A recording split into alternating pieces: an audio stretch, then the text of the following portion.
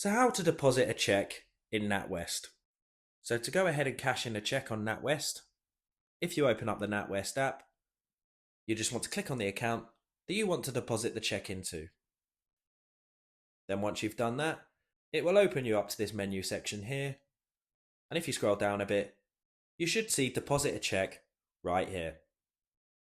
Then once you've done that, it will pull you through to this page here, and you simply just need to input the amount that the cheque is for.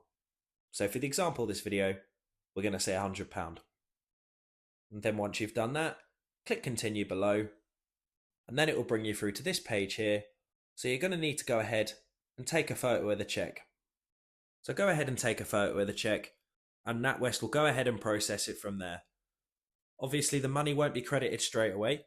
It can take a few business days, but as long as you follow all the steps through, you'll see the deposit as pending in your account. And there you have it. If you found this video helpful, please subscribe as it helps the channel massively.